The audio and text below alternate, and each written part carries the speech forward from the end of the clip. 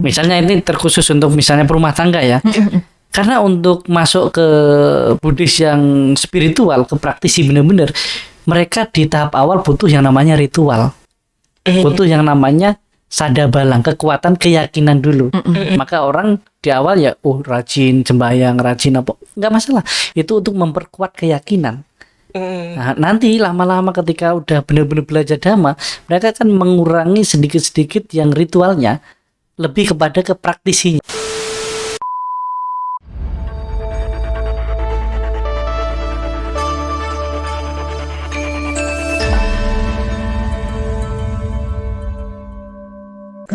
Baik, semangat pagi. Namo Sang Hyang Adi Budaya, Namo Buddhaya. Namo Buddhaya. Berjumpa lagi di podcast kami, Like of Wisdom. Hari ini ada Cimariani. Halo. Hari ini juga masih Bante mencintai rumahnya. Jadi ada di podcast kami, Bante. Ya, Namo Buddhaya, Bante. Budaya. Sehat, Bante? Biasa saja sih. Sebenarnya mau tanya apa kabar, Bante? Kayaknya Biasa saja. pasti jawabannya gitu aja. Ya Biasa karena aja. setiap saat, setiap hari dalam jasmani kita selalu ada yang baik dan ada yang enggak kan. Ya begitulah ya, Bante. Begitulah. Oke. Nah, cuman sekarang saya bisa kemana-mana sih kan menterinya. Iya, Wakil menteri saya. Saya kan wakil menteri hubungan dalam dan luar negeri. Oh iya, ding di Lintas. Sagin ya, Bante ya? Iya, lintas organisasi dan agama. Oh ya, pantas. Jadi saya keliling seluruh Indonesia. Bebas lah ya, Punya Bante. surat jalan berarti. Lebih aman ya, Bante ya. Pas banget nih perannya sama karakternya ya. Ya, traveling sih sebenarnya mendukung gitu. Maka kalau yang suka traveling boleh jadi biku gitu. Dan mengabdikan diri jadi. Ya, yang mau jadi biku. Malah kita kirain kalau jadi biku tuh di hutan aja Bante, ternyata malah kesempatan travelingnya lebih Ya banyak. kita susah kalau jadi biku di Indonesia di hutan, hutannya digunduli. Lautnya dipagari kan. Wah, Bante. Iya sih, lautnya dibagarin. Enggak sebenarnya untuk jadi biku itu memang perlu pertama-tama latihan dulu. Nah, ketika latihan sudah istilahnya sudah bisa lah untuk dibagikan ke masyarakat Buddhis, ya perlu kita kayak pelayanan, pengabdian, karena untuk menjadi biku kita perlu kebajikan. Dan salah satu cara kita berbuat baik ya dengan berbagi dhamma, karena dengan materi itu bukan ranah kita kan. Nah, kalau perumah tangga oke lah berbuat baiknya dengan materinya. Tapi kalau untuk jadi Bante, jadi bertapa, salah satunya juga cara berbuat baiknya dengan berbagi dhamma. Ini salah satunya di situ. Bante kan udah keliling nih seluruh Indonesia dan ketemunya nggak hanya umat Buddhis, juga non Buddhis. Udah banyak podcast dan kita semua mungkin udah pernah lihat ya, salah satu atau salah banyak ya. Nah, tema Waisak kita kali ini kan semangat kebersamaan untuk Indonesia maju. Jadi kalau dari pengalaman dan pengamatan Bante ini, kita dari Buddha Dharma atau sebagai umat Buddha itu kontribusi unik apa sih yang bisa kita kasih? Membangun Indonesia dengan kebersamaan, atau kita membangun kebersamaan untuk Indonesia maju lah ya. Ya salah satunya saya paling ingat dengan pesan Ajahn Jinara kita, itu menjadi salah satu motivasi saya keliling-keliling juga. Jadi kita terlahir di Indonesia, terkhusus mungkin seperti saya menjadi biku, kita punya kewajiban dan kita punya kapasitas untuk membangun masyarakat Indonesia. Jadi bukan hanya di Buddhis saja, masyarakat Indonesia. Kalau mau khusus ya khusus masyarakat Buddhis Indonesia. Dibangun secara karakternya, secara moralitasnya, agar di Indonesia ke depannya kelahiran-kelahiran yang ada di Indonesia itu lebih baik. Maka ketika kelahiran manusianya lebih baik, maka juga akan mengembangkan hal-hal yang baik dan untuk mengembangkan Indonesia itu sendiri. Sama kalau di kalangan Buddhis, kebersamaan di dalam Buddhis, kita di Budayana walaupun berbeda-beda sekte, berbeda-beda aliran, tetapi kita bisa bersama dalam kebaikan. Maka sering saya bilang ketika sama Habib Jafar dan yang lain, memang kita sadari dan kita tahu kita memang berbeda dalam hal keyakinan, tetapi kita bisa bersama dalam hal kebaikan. Gitu. Sama kita sesama Buddhis sendiri, yang membedakan sebenarnya kan bukan ajaran Buddhanya, tapi ritual Buddhis. Yang membedakan kita mungkin ada yang Budayana, kita punya ada Theravada, Mahayana, Tantrayana. Yang membedakan kita kan ritualnya. Tapi secara spiritual, secara ajaran Buddhanya sama sebenarnya kan. Iya sih Bante. Maka aku bilang ya kita memang berbeda dalam hal mungkin kebaktian, tetapi kita bisa bersama dalam hal berkebajikan, berbuat baik, dalam hal mungkin pelatihan meditasi dan lain sebagainya, kita bisa bersama-sama. Oh berarti Bante, seperti saat ini kan banyak beberapa daerah yang mulai menerapkan 1 bulan penghayatan Dhamma. Ada yang hanya 1 minggu, itu juga salah satu hal yang bisa kita lakukan ya Bante. Iya kan, apalagi kita di Buddhis terkhusus di Pulau Jawa ya. Pulau Jawa itu 1 bulan sebelum Waisak kan mereka ada atasila 1 bulan full. Oh puasa. jadi bukan hanya datang ke wihara meditasi aja, bukan ya Bante? Mereka atasila selama 1 bulan. Pagi datang baca parita, malam datang baca parita. Oh. Ini tradisi kebudayaan yang sudah ada sejak dulu. Seperti sahabat-sahabat kita umat muslim 1 bulan puasa dan trawehnya itu di Buddhis ada. Oh ada. Kalau di Pulau Jawa, wihara-wihara di Jawa Tengah terkhusus itu mereka ada menjalankan seperti itu 1 bulan atasila sampai nanti bulan Waisak, detik-detik Waisak. Oh, jadi bukan hanya datang ke wihara tok sembayang tok, tapi juga menjalankan atasila juga ya Bante. 1 bulan itu penuh. Nah itu sejak saya kecil, sejak saya aktif di wihara, ya itu. Udah ada ya Bante? Ya dulu tugas-tugas saya kalau pagi itu pukul lonceng yang besar itu jam 5. Itu umat-umat semua datang ke wihara kebaktian. Oh, mungkin jarang untuk di kota-kota ini, tapi ini menginspirasi sekali sih Bante. Kalau untuk di kota-kota mungkin ikut program beberapa Bante, dia membuat atasila tapi secara online. Itu dari berbagai umat, berbagai daerah di Indonesia ada juga. Nah, ada juga yang sebulan penghayatan Dhamma. Jadi 1 bulan full sebelum Waisak mereka buat kelas Dhamma di wihara. Ada yang seminggu.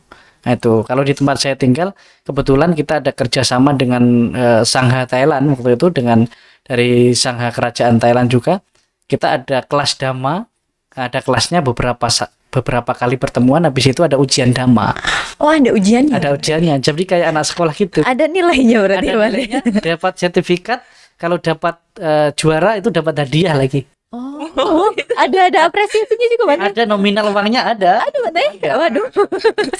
Wah ini semangat ya. Iya. Maksudnya, ya relate lah ya Bante, kita Untuk yang di wihara biasa kan ada lomba-lomba dan lain sebagainya yang nanti dapat hadiah juga kan. Oh, ya ini salah satu cara yang mungkin berbeda dengan daerah lain tapi masih dilaksanakan lah ya Bante. Ya, ada yang melaksanakan secara spiritual, ada yang melaksanakan secara ritual, ada yang melaksanakan secara material.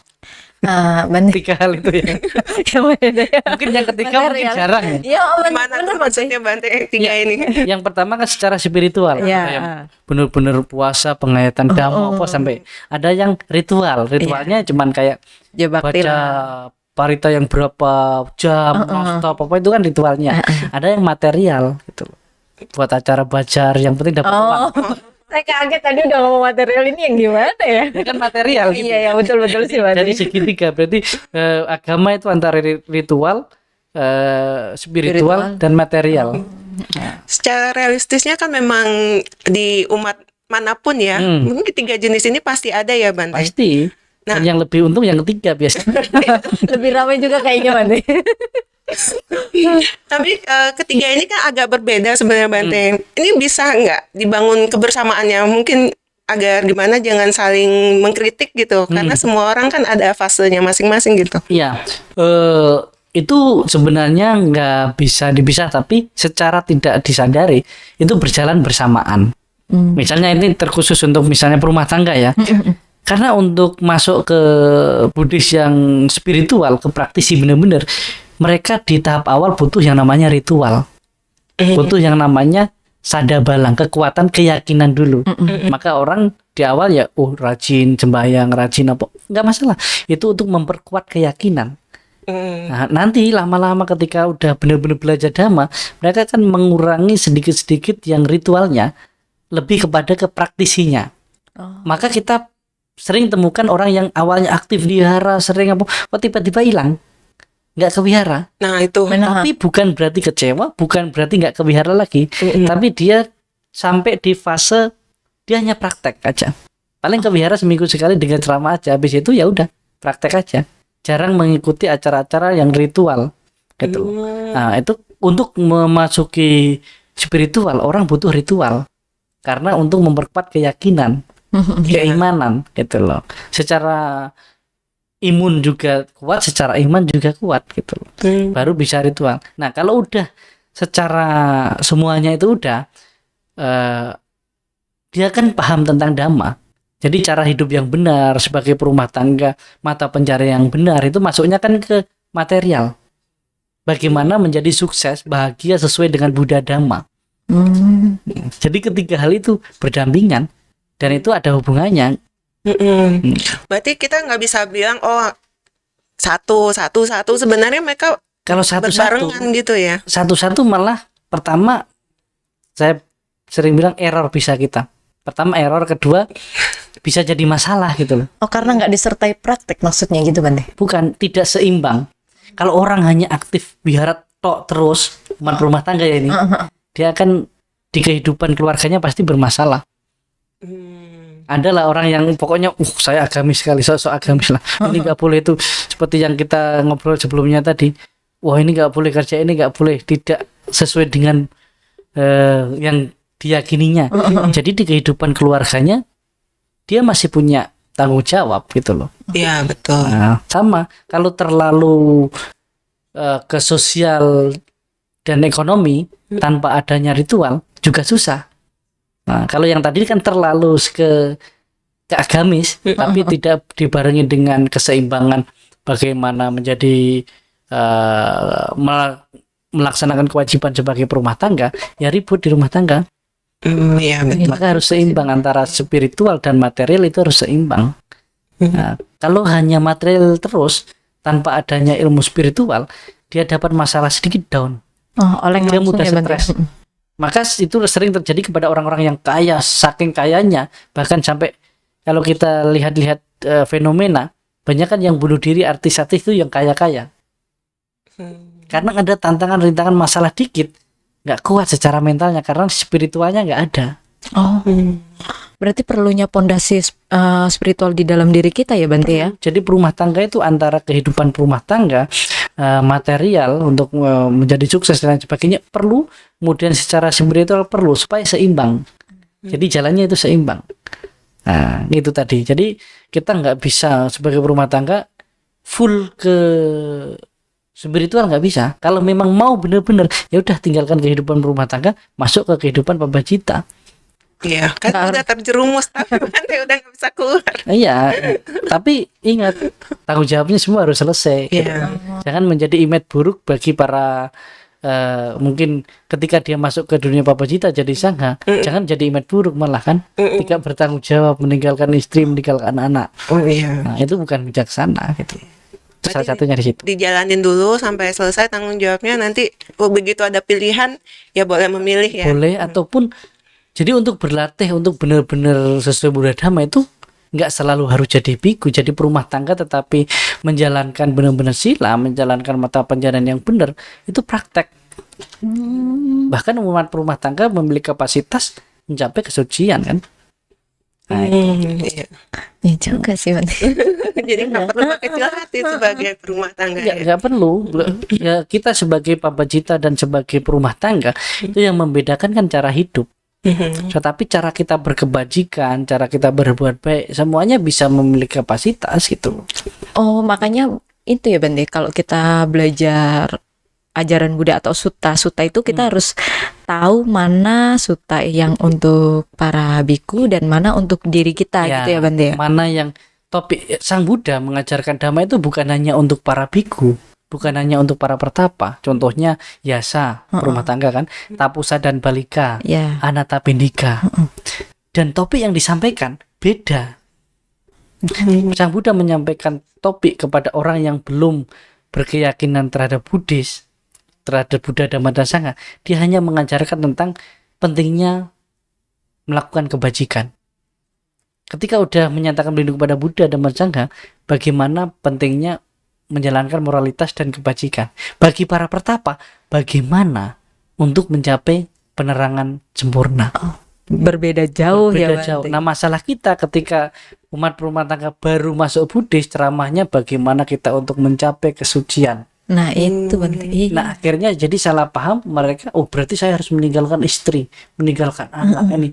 Terakhir bukan karena ingin mencapai kesucian, meninggalkan tanggung jawab jadinya kan. Nah, Kan gitu. capek di rumah.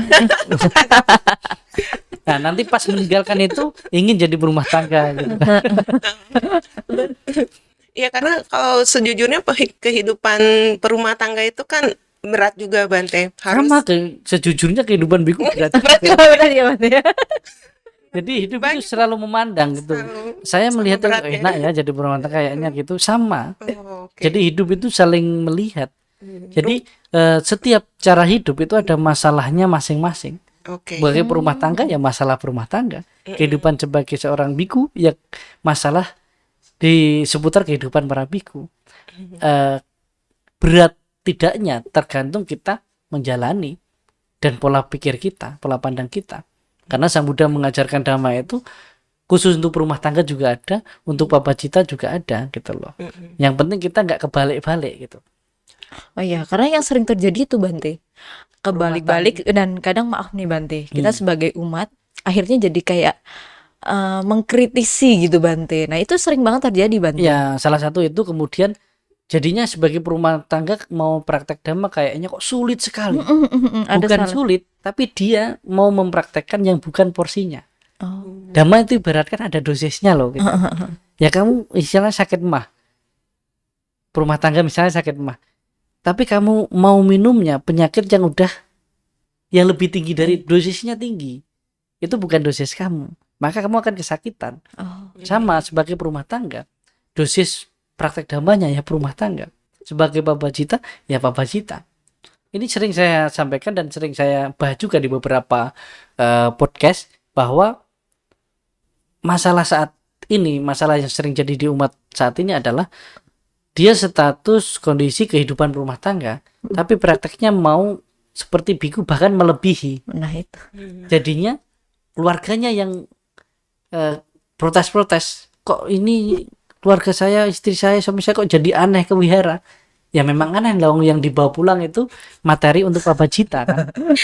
Tapi boleh nggak perumah tangga punya impian mau mencapai pencerahan juga gitu? Semua umat Buddha justru tujuannya itu. Nah, tapi porsi latihannya beda Bante. Gimana Porsi bisa latihannya beda pun, tapi udah dijelaskan di situ. Bahkan perumah tangga kan udah dijelaskan ketika minta sila itu silena sugating yanti, silena buka sampada, silena nibuting yanti, tasma silang wisodaya. Dengan menjalankan sila itu dengan sempurna, maka perumah tangga bisa terlahir di alam bahagia hingga mencapai pembebasan. sampai? Itu bahkan rumah tangga bisa mencapai arahat, kesucian di situ. Berarti Bante kalau kita ke wihara bacanya porsinya kita kalau atas sila ya 8 ya jalankan dengan 8 itu Tapi ya Bante. jangan istilahnya real sekarang. Jujur-jujuran aja, Anda sebagai perumah tangga misalnya dia lah sebagai perumah tangga, punya anak, punya suami, real mau Bante saya mau minta atas sila 3 bulan, saya pastikan suaminya nikah lagi. Aduh, aku enggak, saya langsung waduh kayaknya udah iya real enggak. Itu realnya gitu. Maka ya boleh atas sila sebagai perumah tangga ketika udah punya suami, punya anak, semua tanggung jawab ya capko uposata. Maka kan disarankan uposata. Kecuali kamu misalnya full 1 minggu dapat izin dari suamimu ikut retreat atas sila, itu beda cerita. Tapi praktek pabacita ketika dibawa ke rumah maka jadi permasalahan baru di rumah. Berarti Bante, misal nih kalau saya memiliki kesempatan untuk berlatih, misal pabaja gitu lah ya Bante. Berarti ya cukup saya praktekkan sebagai seorang pabajita di saat itu aja Saat gitu. itu nak pulang itu yang dibawa adalah hasilnya. Hasilnya apa kamu? Ya mungkin lebih sabar, mungkin lebih bisa tahan amarah dan lain sebagainya. Itu yang dibawa ke pulang. Jangan pas pulang sampai rumah pun karena meditasi di rumah pelan. Terus nanti tidur nangis kayaknya Bante. Terus tidur nggak mau di tempat tidur sama suaminya, maunya di tikar. Sukar tambah nanti kamu. nanti aneh tuh. Nah, itu yang real. Iya. Yang realnya seperti itu. Nah, dan sebaliknya juga kita menjadi kehidupan babacita juga tidak bisa terlalu menjalankan kehidupan seperti perumah tangga. Maka kita akan kesulitan sendiri. Seorang biku yang cara prakteknya itu terlalu seperti perumah tangga, maka dia akan kesulitan sendiri. Maka akan mendapatkan masalah di dalam dirinya sendiri. Tantangan-rintangannya ada di situ kan. Nah, itu ada. Jadi porsinya masing-masing gitu loh. Iya. Porsinya sama ketika kita mungkin sebagai perumah tangga pas pergi retreat harus langsung diubah channelnya jadi ke babacita. Pas pulang sampai rumah harus langsung ubah jadi harus ubah jadi garawasa, perumah tangga lagi. Jangan bawa ke rumah gitu loh. Oh ya, ini saran yang sangat bagus ini. Ya, karena ini sering terjadi masalah, bahkan konflik di dalam rumah tangga Buddhis sering terjadi karena itu.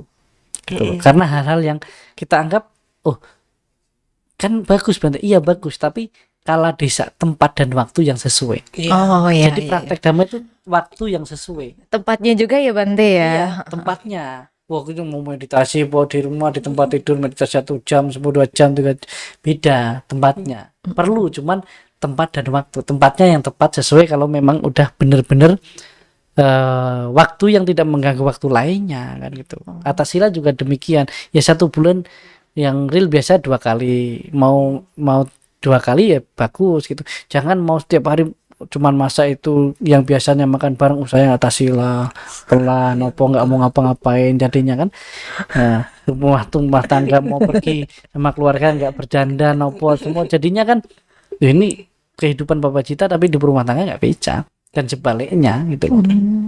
Itu yang realnya. Iya. Real. Kalau saya sih udah nego sama suami. Nah 1 tahun saya boleh retret 10 hari. Jadi saya tuh negonya.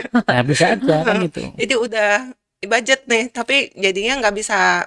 Jadi udah negosiasi dulu gitu. Nah itulah salah satu keuntungan istilahnya memiliki kebijaksanaan yang sama.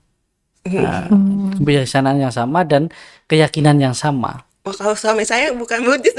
Nah, walaupun bukan Buddhis, iya. tapi kan memiliki tadi sama apanya kebijaksanaan yang sama. Oh, oke. Saling mengerti di situ. Ketika saling mengerti ya sudah. Jangan kita justru malah memaksakan yang akan mengakibatkan ya pertentangan gitu loh. Yang sama-sama aja susah apalagi yang nggak sama. Oh iya juga. Salah satunya Iya juga ya Bante. sama sadar, sama keyakinan itu bukan harus bukan selalu sama agama, tapi memiliki kedewasaan dalam berpikir secara spiritual gitu. Salah satunya di situ. Sama apanya itu sama kebijaksanaan itu memiliki kedewasaan. Walaupun itu bukan soal umur, kalau udah berumah tangga begitu sah untuk menjadi berumah tangga, walaupun umurnya itu belum dewasa, otomatis harus mengubah diri. Sekarang kondisinya udah berbeda. Secara pikir, secara apa harus lebih serius istilahnya lah. Nah itu kan harus tahu. Sama agama memiliki kebajikan yang sama. Dan saya yakin setiap agama mengajarkan orang berbuat baik. Dan ketika keduanya memiliki keyakinan bahwa kebajikan itu perlu dilatih, yaitu saling mendukung gitu. Iya, betul. Sama sila juga kan, kalau udah sama sila udah tahu lah gitu. Iya. Iya, betul. Nah itu Berarti Bante untuk praktek praktek itu kita nggak perlu melabelkan diri kita apa ya Bante, tapi bagaimana kita memahaminya begitu. iya,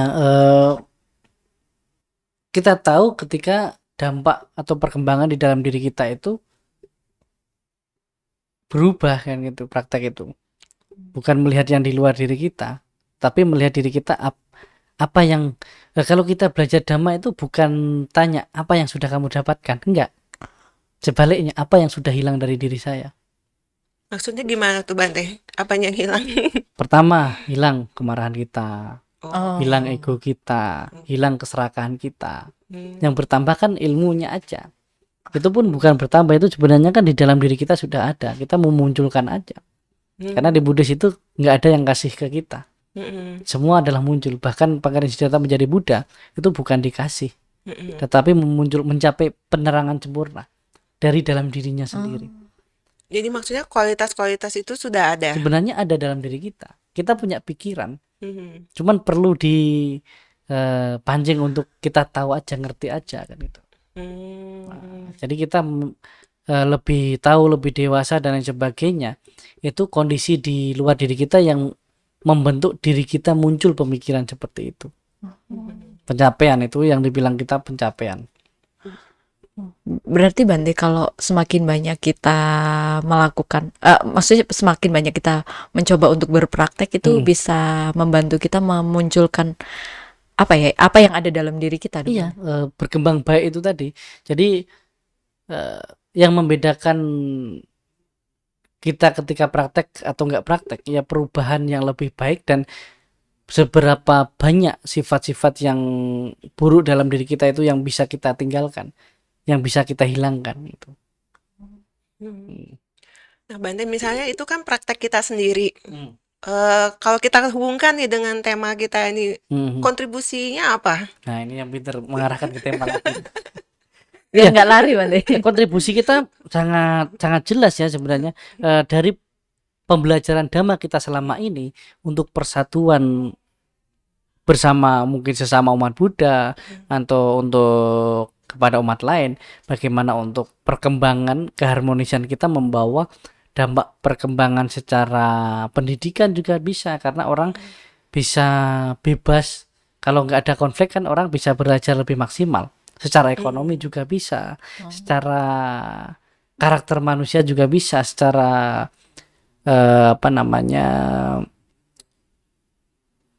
ritual dan spiritual manusianya juga sama. Jadi kedamaian dan keharmonisan itu bisa terwujud apabila akarnya menghargai semua kehidupan. Nah, salah satu bahan kita untuk kebersamaan adalah menghargai. Ya, kalau kita nggak menghargai orang lain, bagaimana kita bisa bersama gitu. Jadinya kita kan bertolak belakang terus. Lu nggak bisa seperti saya, nggak bisa ini, saya nggak bisa seperti itu. Jadi kita nggak menghargai orang lain. Ketika kita nggak bisa menghargai orang lain, susah untuk kita mau bersama.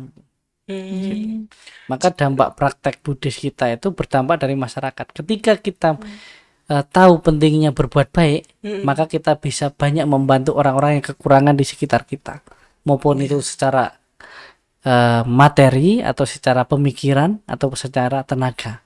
Kalau kita tahu pentingnya untuk menjaga moralitas, maka kita tidak menyakiti orang-orang lain di sekitar kita. Nah, itu aja udah paling mendasar. Sama ketika mau 1 bulan sebelum Waisak tadi, atas sila selama 1 bulan, berarti dia benar-benar menjalankan moralitas dan akan membuat aman dan nyaman orang-orang di sekitarnya kan. Itu kalau dilakukan 1 orang bisa berdampak ke 1, 2, 3 di sampingnya. Kalau sampingnya banyak orang juga banyak terus. Nah, itulah ilmu marketing ya. Ya, ini MLM Buddhis. Inilah dari mulut ke mulut kan. Iya, ML betul. dari mulut ke mulut. ke mulut ya Bante. ML mulut lewat mulut. MLM mulut lewat mulut. Tapi kalau ini pengalaman pribadi saya agak-agak begitu sih Bante. Jadi setelah saya waktu awal menikah itu kami bertengkar terus dari perang panas sampai perang dingin, semua jenis perang. Perang agama juga ya. Enggak. Perang agama tapi kayak Ci. Apalah kan pacaran kirain menikah tuh indah gitu, tapi kenyataan kan ternyata kepribadian orang masing-masing. Nah, tapi sesudah saya pulang retret, itu tiba-tiba suami saya jadi baik. Pun saya jadi bingung gitu, saya sampai nanya-nanya, kenapa saya pergi retret suami saya jadi baik gitu. Itu pertama sebenarnya takut kehilangan. Ya otomatis, karena bukan, sebenarnya pertanyaan bukan kenapa suaminya jadi baik, berarti ada perubahan dalam dirimu. Oh gitu. Yang membuat suami itu jatuh cinta kembali gitu loh. Karena di dalam cinta pernikahan itu, buatlah pasangan itu selalu jatuh cinta setiap harinya gitu. Oh iya. Maka jangan mengubah cara kita untuk mendapatkan orang itu, atau dulu kita caper gitu loh. Setiap saat harus caper yang positif itu gitu. Dan kelemahan orang berpasangan kadang kan, kalau saya lihat ya, walaupun saya nggak punya pengalaman Ya, pengalaman lihat ya Bante. ya, masalahnya yang punya masalah keluarga kan cari Bante terus gitu. Iya, Betul sih Bante.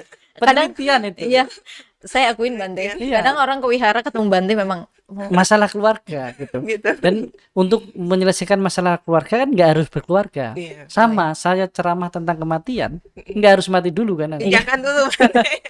Salah satunya itu. Jadi ketika ada perubahan baik dalam diri kita, maka orang kan akan jatuh cinta kembali gitu. Sama dalam keluarga gitu.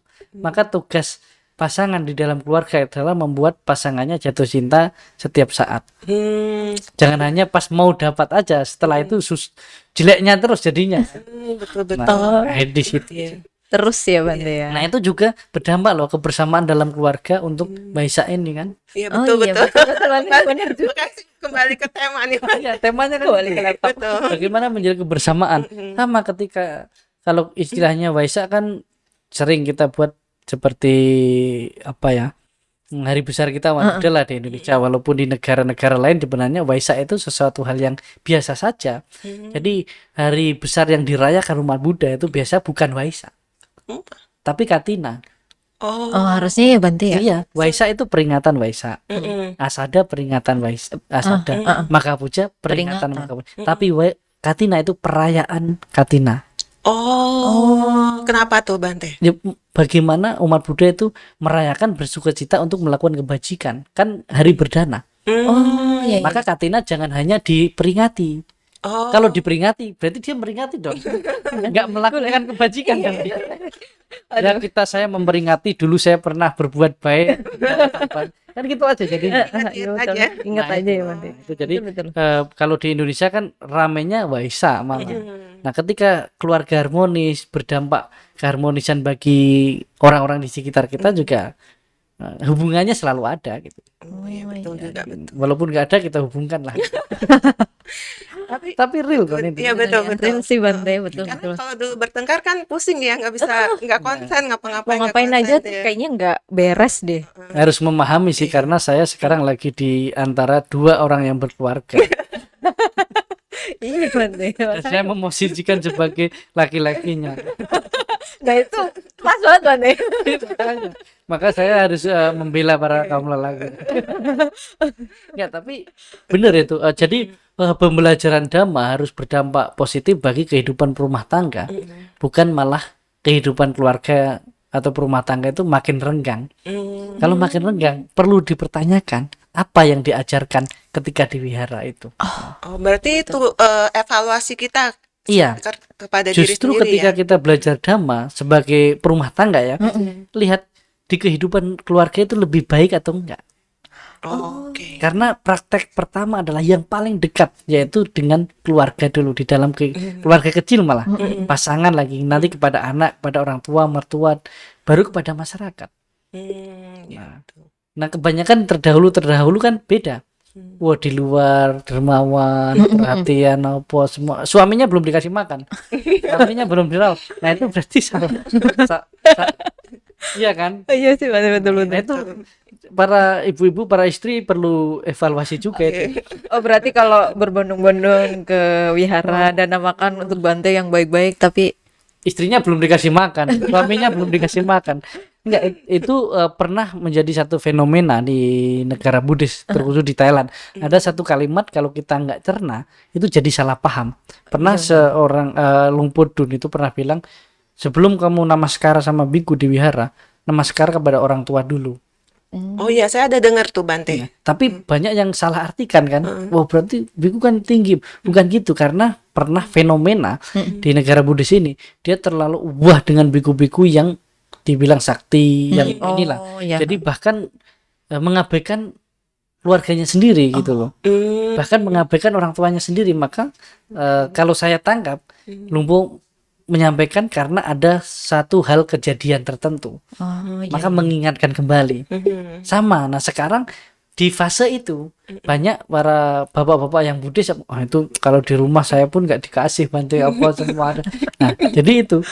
Nah, maka praktek Dhamma itu dari keluarga. Paling kecil kan keluarga di rumah dulu. Iya betul. Setelah mau berdana kan harus istilahnya punya ya keluarga, suami, anak semua, setelah makaran apa semua udah baru dana ke wihara gitu. Itu salah satu hal yang dampak positif dan selalu didukung keluarga kan jadinya. Iya betul. Iya sih Bante. Mungkin dikasih izin mungkin. Kalau nggak oke, mau ke Wiharadana pasti dikasih izin. Tapi kalau suaminya belum dikasih makan, kasih izinnya perasaannya beda dengan yang udah dikasih makan, apalagi makan bareng dulu baru dana ke wihara. Oh iya. Pasti berbeda. Iya betul. Nah, maka karena untuk melihat segi yang itu, saya memposisikan andai saya menjadi lelaki itu bagaimana perasaan saya. Iya betul. Bante memposisikannya ya Bante. Ya, maka kadang Empati tidak sesama pria. iya tidak salah kadang saya melihat umat itu yang cowok kadang cemburu sama Bante. Oh. Bisa saja karena dia terlalu ke wihara, menyupport lain sebagainya, tapi secara di keluarga itu lupa gitu loh. Oh, ya. Betul. Nah itu nggak bisa ada yang disalahkan sih, tapi mungkin perlu diperbaiki cara prakteknya. Nah, Berarti kita waktu berpraktek pun kita harus tetap memikirkan perasaan dan persepsi keluarga kita sendiri gitu. iya, salah satu keberhasilan kita kan di situ. Sama ketika belajar dhamma, berdampak positifnya kemana dulu? Yang paling kecil ke rumah dulu itu aja, Iya. itu perlu gitu loh. Nah itu. Suami saya sekarang udah ngomongnya agak-agak Buddhis sih. Jadi kalau saya udah marah-marah, dia bilang, emang Buddha ngajarin seperti Iya. itu. Pada ke situ Lebih Buddhis daripada Buddhis kayaknya. kalau istilahnya kalau pas lagi marah-marah chat, nah ini pengikut Dewa Data ya. Mau nyelakai Buddha ini. Oh, iya. Jadi sekarang dia pakai Buddha sebagai tamengnya. Jalan-jalan nonton YouTube saya gitu. Bisa jadi. Betul, bantu. Gitu sih.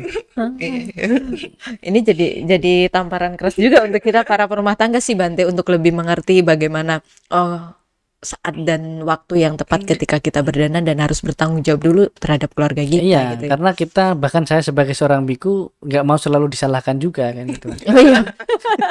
Gara-gara Gara-gara Bante Jirapunya ini yang sering ya, jadi istri saya sering ke wihara terus jadinya sekarang gitu. Nggak peduli apa ya enggak. Jadi untuk bapak-bapak dan ibu yang di rumah, jadi nggak ada unsur apa ya membuat orang itu harus ke wihara berdana, enggak. Jadi itu kan untuk belajar untuk berbuat baik. Cuman berbuat baik itu kita mulai dari yang terkecil di rumah kita terlebih dahulu. Oh, baik Bante. Bukan berarti salah ya, enggak ada salahnya. Cuman porsi waktunya, waktu dan tempatnya harus kita sesuaikan dulu kayak tadi. Nah itu. Mantap ini. Sedikit tapi ini merujuk ke tema itu luar biasa loh Bante. Dari hal kecil kan, keluarga dulu dong. Habis keluarga kan kita bisa menularkan kepada yang lain. Iya, keluarga yang kecil dulu, kemudian saudaranya, saudara-saudara sekitar kita, tenaga baru gitu. Baru kita bisa menuju Indonesia maju. Iya.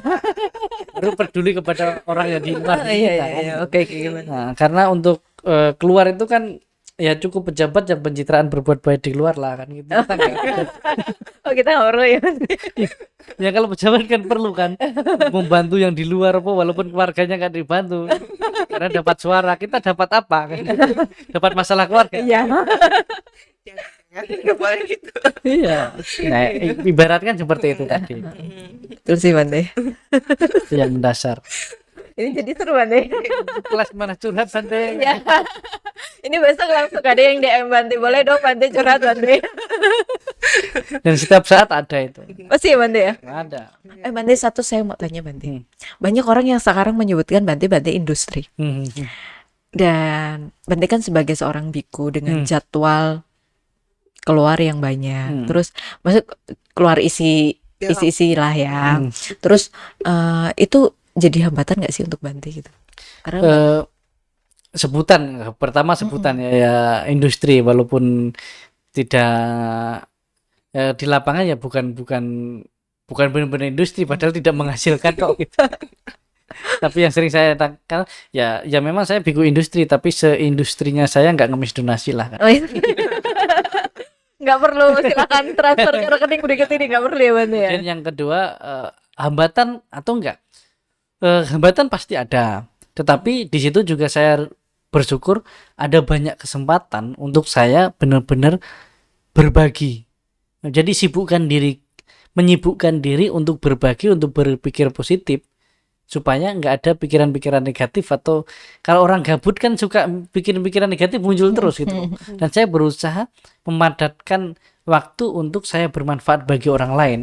Nah, menurut saya bermanfaat bagi orang lain dan orang perlu saya, itu membuat saya lebih bahagia, dan di situ secara otomatis cara latihan saya juga ada. Jadi latihan itu tidak selalu duduk meditasi. Duduk meditasi perlu, tapi bagaimana praktek keseharian kita menjadi yang bermanfaat. Kalau saya kasih tahu untuk diri saya sendiri bahwa Dirapunyo, kamu jadi biku perlu kebajikan juga gitu loh. Perlu kebajikan. Nah, kalau saya berbuat baik secara materi nggak ada. Karena untuk menjadi biku itu bukan perihal mencari materi untuk keluarga atau duniawi, tetapi bagaimana kita untuk mengabdikan diri kita kepada semua makhluk, semua dari umat Buddha, semua masyarakat, semua makhluk. Dan itu cara kita berbuat baik. Dan saya sadar diri, tahu diri, kalau hanya dengan duduk meditasi kayaknya berat bagi saya, karena untuk mencapai perkembangan aja secara spiritual kita butuh namanya dana. Nah, di dalam dasa paramita 10 kebajikan aja yang pertama adalah dana parami. Ya, betul. Kalau saya tidak melakukan kebajikan, ya apa bahan saya gitu. Jadi latihan itu kita harus memotong pagar bahwa latihan itu harus selalu menyendiri, duduk meditasi. Itu perlu latihan awal. Tapi untuk bagaimana kita memupuk kebajikan kita, bahkan saya sendiri sebagai seorang biku, saya harus banyak berbuat baik gitu. Saya bahkan mungkin saya belum tahu bisa mencapai kesucian kehidupan saat ini enggak. Setidaknya selama saya jadi biku, kehidupan saya bermanfaat. Saya untuk jadi biku sampai kapan saya nggak tahu. Bahkan niat jadi biku di awal aja saya nggak tahu gitu. Saya kan terjebak awalnya kan. Ya, Bante, saya pernah dengar podcast Bante. Terjebak ya. Terjebak jadi biku, dan ketika saya ditanya dari dulu bahwa Bante saya mau jadi biku selamanya atau sampai kapan, I don't know. Saya nggak tahu sampai kapan jadi biku. Kenapa bisa ada pikiran kayak gitu, Bante? Like I don't know gitu. Is it Saya nggak okay? tahu gitu loh. Kalau saya bilang saya mau selamanya, tapi nggak tahu nanti suatu saat ada tantangan, rintangan, atau memang hal-hal yang membuat saya tidak menjadi biku lagi. Nah, misalnya lah yang paling sering mungkin tantangan, rintangan, atau orang tua atau kehidupan berkeluarga. Saya kan nggak tahu sampai kapan. Maka Betul, ketika ditanya sampai kapan kamu jadi biku, saya nggak tahu. Sampai saya mampu. Nah, Ya. jadi biku nggak harga mati. Tapi kalau bisa sampai mati. Oke. Karena kita bukan biku, jadi kita juga nggak tahu sebenarnya jadi biku itu kayak Bante selalu bilang bahwa butuh dana yang besar untuk bisa jadi biku. Itu maksudnya kayak Bukan gimana? dana, butuh kebajikan yang besar. Kebajikan yang besar. Untuk kita mau menjadi seorang biku itu butuh kebajikan yang besar di karma masa lampau. Oh. Tidak semua orang punya karma baik bisa jadi biku. Oh. Banyak orang yang ingin jadi biku nggak bisa. Iya sih. Kadang Dan kebanyakan yang jadi biku dulunya nggak ada keinginan jadi biku gitu, tiba-tiba aja jadi biku, nggak tahu kenapa gitu. Oh. Seperti misalnya pengalaman saya sendiri lah. Saya dulu nggak tahu biku itu apa, samanera itu apa, nggak tahu. Tiba-tiba aja sampai wihara ditanya Bante mau jadi samanera, mau. Samanera apa aja nggak tahu gitu. yang penting mau dulu. Mau dulu gitu. Oke. Habis itu terus setelah itu langsung kemudian setelah jadi biku, ketika ditanya, bahkan dulu di Thailand kan biasa wajib jadi biku itu udah biasa. Dan ketika ditanya orang Thailand, bahasa Indonesianya lah ya, Bante jadi biku berapa lama, sampai kapan? Saya nggak tahu. Nah, maksudnya kalau tahu bisa, saya punya anak cewek gitu kan. Itu ada juga gitu. Nah, tapi saya nggak tahu sampai kapan gitu. Tapi selagi yang saya tanamkan, yang saya tahu adalah, yang saya harus tahu adalah selama saya jadi biku, saya harus bermanfaat bagi orang lain. Bahkan bukan hanya untuk umat Buddha gitu. Jangan hanya memanfaatkan umat untuk bertahan menjadi biku gitu. Kalau secara realnya ya, saya menjadi biku harus bermanfaat bagi orang lain, Ya, bukan memanfaatkan orang lain untuk saya bertahan jadi biku kan. ya betul. Sebagai manusia pun kita sebenarnya seperti itu ya, Bante. Iya, Kita sebagai harus manusia seharusnya bermanfaat ya. Tapi kan banyak yang nggak harus kan. Iya. Nah, itu masalahnya. Kata seharusnya ini kadang-kadang harus dicoret ya. Kenyataannya sebagian seperti itu, sebagian enggak kan gitu. Ya, jadi seperti itu sih sebenarnya. Apa ya, kita untuk menjadi biku, apalagi sebagai biku di Indonesia, saya terinspirasi dari sesepuh kita, mendiang Asin Jinara kita. Itu pernah kalimatnya itu sangat menginspirasi saya. Jadi kita menjadi biku di Indonesia, di negara Indonesia ini, kita punya kewajiban dan punya tanggung jawab memperbaiki generasi, yaitu dengan membina umat, terkhusus umat Buddha dulu, kemudian masyarakat pada umumnya, supaya ketika kelahiran selanjutnya mereka, kalau bisa di Indonesia lagi, Indonesia itu mempunyai manusia-manusia yang meningkat secara batin juga, jadi lebih baik juga gitu loh. Jadi pikirnya panjang ya Bante, bukan hanya generasi ini, nanti kalau lahir lagi ya, karena kita ada spiral up gitu ya. Yang real terjadi, kita nggak bisa memperbaiki generasi. Yang bisa kita lakukan adalah ciptakan generasi baru. Sama pemikiran, ilmu, pendidikan apapun kita nggak bisa perbaiki, tapi kita harus buat yang baru. Nah, kalau filosofi yang sering terjadi kan, kalau gelas pecah, kita rapikan seperti apapun, di situ tetap ada cacatnya lah ya Bante. Tapi kita harus buat yang baru, dan gitu terus. Karena setiap zaman ada orang, setiap orang ada zamannya, setiap generasi cara pikirnya berbeda, cara pikir secara spiritual juga berbeda. Mungkin dulu kita sebagai umat Buddha di Indonesia, dulu kita nggak ada waktu, nggak ada tempat, nggak ada guru, nggak ada apapun untuk kita belajar dhamma. Tapi orang praktek kebajikan tetap gitu loh. Oh iya. Sekarang kita mau belajar ilmu Buddhis dari guru manapun, dari negara manapun, ada semua kita di Indonesia. Tapi prakteknya malah nggak meningkat gitu. Hanya kecerdasan secara dharma aja. Sama kayak yang kita bahas dari tadi, bahwa bahkan mungkin saya sendiri, kita itu kaya dalam hal keilmuan, tetapi kita miskin dalam hal praktek. Bedanya apa tuh Bante, kecerdasan? Beda jauh. Kita umat Buddha aja di Indonesia, kita tanya dari Winaya, Sutta, Abhidhamma tahu semua. Padahal itu bukan porsinya praktek di situ kan. Winaya misalnya untuk para biku, semua umat tahu semua gitu loh. Tapi secara praktek, bahkan praktek rumah tangga kan 5 sila, itu aja enggak gitu. Oh ya. Baru kena sentil sedikit langsung ini meledak gitu katanya Bante. Nah, itu udah yang menjadi satu perenungan bagi saya sih. Berarti bahkan saya sendiri itu udah secara mungkin pengalaman, mungkin yang saya pelajari udah banyak, tapi praktek saya belum sebanyak yang saya ketahui gitu. Berarti itu nggak apa-apa, maksudnya kita mengakui bahwa saya padahal belajarnya udah banyak dan lama gitu. Kenyataannya itu. Bukan seharusnya tadi ya, kita ganti kenyataannya. Itu kenyataan harus diterima dulu Bante. Iya, istilahnya kita secara pendidikan misalnya, Bante Dirapunyo lulusan S2 gitu. Tapi praktek saya belum sampai S2 kan?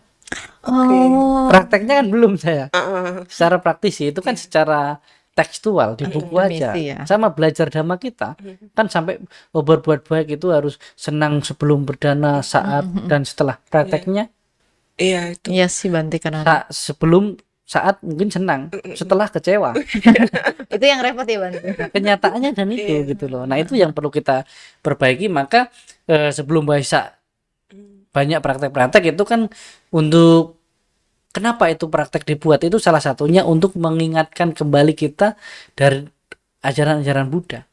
Sama fenomena Waisak yang kita peringati, momen apa aja yang kita peringati, kelahiran Siddhartha, pencapaian Siddhartha mencapai Buddha, mahaparinibbananya Sang Buddha, kita bukan hanya memperingati, tetapi di situ apa pelajaran yang harus saya ambil, dan apa ya pelajaran yang memang seharusnya saya praktekkan yang belum saya praktekkan.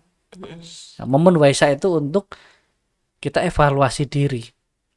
Nah, kalau hasil evaluasinya tuh ternyata masih jauh nih Bante.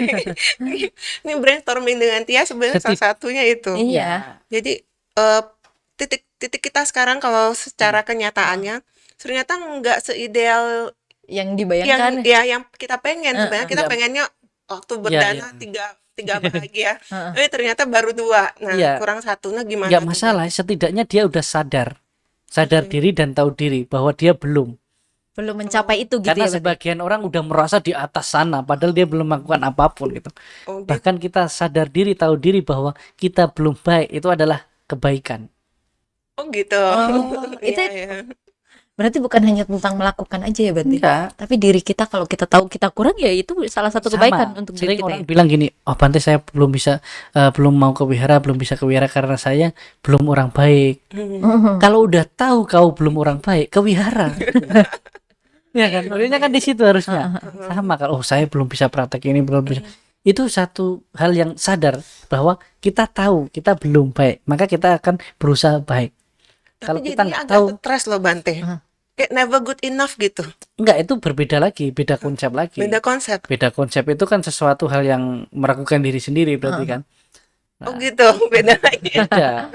Itu topik yang berbeda antara kita evaluasi diri atau berkecil hati atau kita minderan gitu loh. Oh, Harus berbeda dan harus itu minderan pun harus dievaluasi. Dan apakah saya berkecil hati atau saya merendahkan diri sendiri akan membuat saya lebih tinggi? Enggak juga. Nah, di situ. Oh, ini harus diundang lagi nih. satu tema kayaknya nggak cukup Ci, satu tema aja kita bisa kemana nih Bante. Nah, itu. Bante mungkin ada pesan di Waisak ini untuk kami para umat Buddha. Ya, untuk umat Buddha terkhususnya bagaimana sesuai dengan tema kita membangun kebersamaan untuk Indonesia maju, ya kita mulai dari membangun kebersamaan untuk keluarga yang lebih baik dan harmonis, membangun kebersamaan untuk keluarga wihara lebih harmonis, membangun kebersamaan untuk keluarga budayana yang lebih harmonis, untuk keluarga umat Buddha pada Indonesia dan untuk masyarakat Indonesia lebih harmonis. Itu untuk mempraktekkan apa yang sudah kita pelajari di dalam agama kita masing-masing, terkhusus sebagai umat Buddha. Ya kita mempraktekkan bagaimana kasih sayang. Kalau mau disayang, kasih dulu. Kalau kita mau mendapatkan sesuatu, melakukan dulu. Nah, utamakan proses, jangan protes gitu. Utamakan lihat apa yang belum dan sudah kita lakukan, bukan menuntut apa yang sudah dan belum dilakukan oleh orang lain. Itu mungkin. Mantap, luar biasa. Luar biasa. Terima kasih Bante. Terima kasih Bante Dira, terima kasih Ci. Ya, sampai jumpa kembali ya Bante. Jangan